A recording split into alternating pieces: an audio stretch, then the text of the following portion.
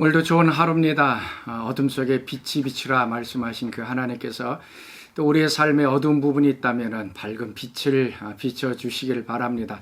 그래서 어두운 곳에 생명의 빛이 비쳐나고 또 갈 길을 알지 못하여 어두웠던 그 부분에 또 가야 할 밝은 빛이 비춰지는 오늘 하루 되었으면 좋겠습니다. 자, 오늘 우리가 같이 묵상할 오늘 말씀은 출애굽기 21장 12절에서 27절 말씀입니다. 출애굽기 21장 12절에서 27절 말씀. 자, 우리 같이 봉독하도록 하겠습니다. 사람을 쳐 죽인 자는 반드시 죽일 것이나 만일 사람이 고의적으로 한 것이 아니라 나 하나님이 사람을 그의 손에 넘긴 것이면 내가 그를 위하여 한 곳을 정하리니 그 사람이 그리로 도망할 것이며 사람이 그의 이웃을 고의로 죽었으면 너는 그를 내 제단에서라도 잡아내려 죽일지니라. 자기 아버지나 어머니를 치는 자는 반드시 죽일지니라. 사람을 납치한 자가 그 사람을 팔았든지 자기 수하에 두었든지 그를 반드시 죽일지니라. 자기의 아버지나 어머니를 저주하는 자는 반드시 죽일지니라. 사람이 서로 싸우다가 하나가 돌이나 주먹으로 그의 상대방을 쳤으나 그가 죽지 않고 자리에 누웠다가 지팡이를 짚고 다시 일어나 걸으면 그를 친 자가 형벌을 면하되 그간의 손해를 배상하고 그가 완치되게 할 것이니라. 사람이 매로 그 남종이나 여종을 쳐서 당장에 죽으면 반드시 형벌을 받으려니와 그가 하루나 이틀을 연명하면 형벌을 면하리니 그는 상전의 재산임이라. 사람이 서로 싸우다가 임신한 여인을 쳐서 낙태하게 하였으나 다른 해가 없으면 그 남편의 청구대로 반드시 벌금을 내되 재판장의 판결을 따라 낼 것이니라. 그러나 다른 해가 있으면 갑되 생명은 생명으로 눈은 눈으로 이는 이로 손은 손으로 발은 발로 된 것은 된 것으로 상하게 한 것은 상함으로 때린 것은 때림으로 갚을지니라. 사람이 그 남종의 한 눈이나 여종의 한 눈을 쳐서 상하게 하면 그의 눈에 대한 보상으로 그를 놓아줄 것이며 그 남종의 이나 여종의 이를 쳐서 빠뜨리면 그 이에 대한 보상으로 그를 놓아줄지니라. 아멘. 출애굽기 20장서부터는 구체적인 율법을 이제 제시하면서 우리가 살아야 할 일상적인 여러 가지 법칙에 대해서 말씀해 주고 있습니다. 오늘 읽을 말씀은 특별히 이제 사람을 죽이는 살인 행위와 폭행에 대해서 이야기해 주고 있습니다. 특별히 고의적으로 사람을 죽이는 그 사람은 반드시 죽일 것이다라고 얘기를 하고 있습니다. 12절 말씀 보면 사람을 쳐 죽인 자는 반드시 죽일 것이다 라고 얘기하고 있습니다. 사람을 주먹으로 치든 아니면 돌로 치든 뭐 다른 무기를 들든 사람을 쳐서 죽이게 되면 그 죽인 그 사람도 죽이라는 얘기입니다. 그 이유는 단순합니다. 우리 창세기 9장 6절 말씀 보면 다른 사람의 피를 흘리면 그 사람의 피도 흘릴 것이니 이는 하나님이 자기 형상대로 사람을 지으셨음이니라 라고 얘기합니다.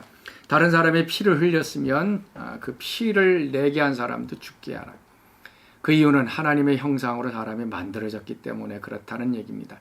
사람을 쳐서 죽이는 것, 이것이 범죄가 되고 그 사람도 죽임을 당해야 되는 이유는 단 하나입니다. 하나님은 하나님의 형상대로 사람이 만들어진 존귀한 자이기 때문에 그렇습니다. 자, 사랑하는 성도 여러분, 오늘 우리 주변에 사람들이 도대체 어떤 존재로 보이는지, 과연 하나님의 형상대로 만들어진 귀한 존재인지, 아니면은 뭐 물건으로 보인다든지, 아니면은 짐승처럼 그냥 때려서 죽여도 상관없는 그런 사람들로 보이는 것인지 다시 한번 좀 살펴봤으면 좋겠습니다. 그래서 피를 흘리는 사람은 반드시 죽임을 당하게 되어 있습니다. 특별히 고의적으로 치는 행위, 이것이 살인에 행하게 되어지는 것입니다. 특별히 이제 14절 말씀 보면 고의적으로 죽인 사람이 하나님의 제단에 가서 어떤 뭐 뿔을 잡든지 할지라도 잡아내서 죽이라라고 얘기하고 있습니다. 이제 나중에 보면 이제 실수로 죽인 사람은 이제 제단에 가서 뿔을 잡으면 이제 살게 되어져 있습니다. 그런데 고의적으로 사람을 죽인 경우에는 그 사람의 제단에 있든지 상관없이 그걸 끄집어내서 죽이라라고 얘기합니다. 그러면은 사고로 그냥 비고의적으로 사람을 죽였을 때는 어떻게 하는가? 13절 말씀에 만일 사람이 고의적으로 한 것이 아니라 나 하나님이 사람을 그의 손에 넘긴 것이면 내가 그를 위하여 한 곳을 정하리니 그 사람이 그리로 도망할 것이다. 나중에 이제 도피성에 대해서 이제 얘기를 하죠. 사고로 인해서 사람을 죽였을 경우, 의도하지 않고 죽였을 경우 도피성으로 이제 피하게 되고, 그 대제사장이 죽을 때까지 거기에 이제 피해 있게 되어집니다. 그러니까 고의가 아닌 살인은 하나님께서 그의 생명을 지켜주지만, 의도를 가지고 앙심을 갖고 미워하는 마음으로 사람을 쳐서 죽이면 하나님께서도 그의 생명을 죽이라라고 얘기를 하고 있습니다. 15절 말씀 보면 또 우리가 좀 기억해야 될 말씀입니다. 자기 아버지나 어머니를 치는 자는 반드시 죽일 것이니라. 십계명에서도 내 부모를 공경하라라고 말씀했는데, 그와 정반대대로 아버지 어머니를 쳐서 죽이는 사람, 아니면은 학대하고 폭력을 행하는 그 사람은 그 아버지 어머니를 죽이는 사람으로 간주가 됩니다. 그래서 그 사람도 죽이라라고 얘기를 하고 있습니다. 그 다음에 자기 아버지나 어머니를 저주하는 자도 반드시 죽일지니라. 부모님을 향하여 나쁜 소리하고 위협하고 그 다음에 여러 가지 얘기를 했을 때에 그 사람도 부모를 죽이는 것과 동일해서 그 사람을 죽이라라고 얘기하고 있습니다.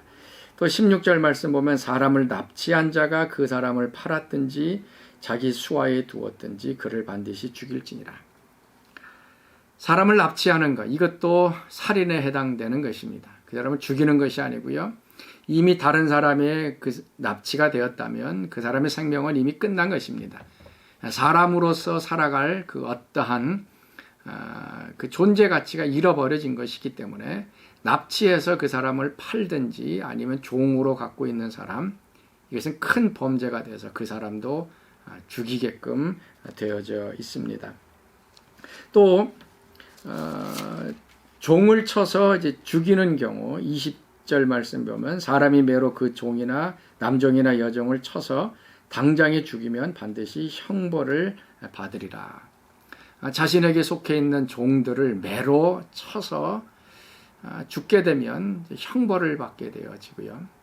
죽지 않고 하루 이틀 있다가 다시 살아나면 괜찮다라고 얘기합니다. 지금 여기서 얘기하고 있는 것은 다 치는 것을 얘기합니다. 주먹이 됐든 매가 됐든 종이 됐든 부모가 됐든 어떤 사람이든 그 사람을 쳐서 죽이는 이러한 죄는 하나님 앞에 큰 죄가 되어지는 것입니다. 그러고 나서 이제 밑에 부분에 보면 이런 상해와 폭행에 있어서 아주 중요한 구절이 나옵니다. 23절부터 나오죠. 그러나 다른 해가 있으면 갑되 생명은 생명으로 눈은 눈으로 이는 이로 손은 손으로 발은 발로. 우리가 그 눈이 이제 폭행을 당해서 눈을 잘 쓰지 못하게 되면 우리 가운데는 더 분풀이하고 싶어서 눈뿐만 아니라 그 사람의 팔도 부러뜨리고 다리도 부러뜨리고 싶습니다. 그런데 하나님께서 말씀하시는 것은 참으라는 얘기죠. 그러고 나서 눈이 상했다면 눈만 그 사람에게 상하라. 그래서 자기가 부상당했던 그 부위에 똑같이 그 사람에게 해를 주어라라는 얘기입니다. 이 하나님의 율법은 그때 당시에는 엄청난 것이었습니다. 사람이 분노를 억제하는 것이고요. 또 그 사람을 또 존중하는 차원에서 피해 입은 만큼만 공격을 가하라는 얘기였습니다. 그렇기 때문에 이 하나님의 말씀 때문에 사회의 질서가 이제 유지가 되어지고 더 복수하고자 하는 그 모든 것들이 이제 잠재워지게 됩니다. 근데 신약에 오게 되면 어떻게 됩니까? 예수님께서는 산상수훈에서 마태복음 5장에서 이 말씀을 인용하면서 우리에게 더한 것들을 요구하고 있습니다. 마태복음 5장 38절 말씀에 또 눈은 눈으로 이는 이로 갚으라 하였다는 것을 너희가 들었으나, 오늘 이 말씀이죠. 나는 너희에게 말하노니 악한 자를 대적하지 말라. 누구든지 내 오른편 뺨을 치거든 왼편도 돌려달라. 오른편 뺨을 치면 구약의 율법에 의해서는 오른쪽 뺨을 치는 것이 해야 할 일입니다. 그런데 예수님께서는 왼뺨을 돌려대라 라고 얘기하고 있습니다. 또 너를 고발해서 속옷을 가지고자 하는 자에게는 겉옷까지도 가지게 하라. 고발해서 법정으로 끌고 가서 속옷을 갖고 가는 사람에게는 또 그 속옷을 빼앗는 것이 원칙입니다. 그러나 예수님께서는 겉옷까지도 주어라 라고 말씀하고 있습니다. 악한 자를 대적하지 말라라는 얘기입니다. 구약에 주신 하나님의 그 말씀은 상해를 받은 만큼 그것만큼만 돌려주라는 얘기입니다. 그런데 신약에 와서는 이것이 더 강화가 됐습니다. 보복하는 것 아니면은 그 똑같이 해주는 것 같지도 하지 말아라. 악한 자를 향해서 그 어떤 것도 하지 말고 내가 눈이 상했으면 눈 상한 것으로 끝나고 팔이 부러졌으면 팔 부러진 것으로 끝내라라고 말씀하고 있는 것입니다. 자, 오늘 사랑하는 성도 여러분, 살인과 폭행에 대한 것을 오늘 말씀해 주고 있습니다. 우리 가운데 사람을 주먹으로 치고 돌로 치고 매로 칠 수 있는 어떤 그러한 복수심 아니면 그러한 미운 감정, 사람을 죽이고자 하는 그런 감정이 우리 가운데 생겨날 수가 있습니다. 그때에 하나님께서 하시는 말씀은 사람은 하나님의 형상대로 만들어진 존귀한 자다라고 하는 것입니다. 오늘 이 말씀을 우리가 같이 한번 붙잡으시면서요, 우리 주변에 있는 사람들 한번 살펴볼 수 있기를 바랍니다. 과연 그 사람이 귀한 존재인지, 아니면 주먹으로 치고 그 사람을 죽이고 싶은 마음이 있는 것인지, 미워하는 마음이 있으면 벌써 살인했다라고 얘기하고 있습니다. 아니면 그 사람을 납치하든지, 아니면 그 사람을 내가 사용하고 싶은 물질로 그 사람을 쓴다라고 했을 때도 이미 그 사람의 생명을 빼앗은 것입니다. 오늘 우리가 하루 살아가면서요, 사람을 보는 눈이 다시 한번 바뀌었으면 좋겠습니다. 죽이고 싶고 살인하고 때리고 싶고 그 사람을 내가 물건처럼 사용해서 이익을 얻고자 하는 이런 것들이 있다면 하나님께 좀 회개할 수 있고요. 그래서 하나님 생명을 좀 존중하게 하시고 또 주변에 있는 사람들을 좀 귀하게 여기고 존중할 수 있는 그런 마음을 하나님 허락해 주옵소서. 오늘 하루 기도하시면서 살아갈 수 있는 하루가 되었으면 좋겠습니다. 자, 우리 같이 기도하겠습니다. 하나님 참으로 감사합니다. 오늘 말씀을 통해서 하나님께서 우리의 생명을 얼마나 귀하게 여기시는지 다시 한번 보게 하여 주시니 감사합니다. 하나님의 형상대로 만들어진 귀한 사람들을 주여 존중하게 하시고 그 사람들을 미워하거나 욕하거나 저주하지 않게 도와주시고 그들의 생명을 귀하게 여기게 하여 주시옵소서. 특별히 우리 마음속에 또 악을 악으로 갖고자 하는 마음들 있습니다. 이거 다 제거시켜 주시옵시고 다시 한번 하나님 나라의 백성으로 악한 자를 대적하지 않고 생명을 존중하는 저희들 되게 하여 주옵소서. 이제는 우리 주 예수 그리스도의 은혜와 하나님의 그 크신 사랑하심과 성령의 교통과 충만하심이 오늘 새벽 말씀에 참여한 모든 사랑하는 성도들 가운데 지금부터 영원토록 함께 하시기를 간절히 축원하옵나이다. 아멘.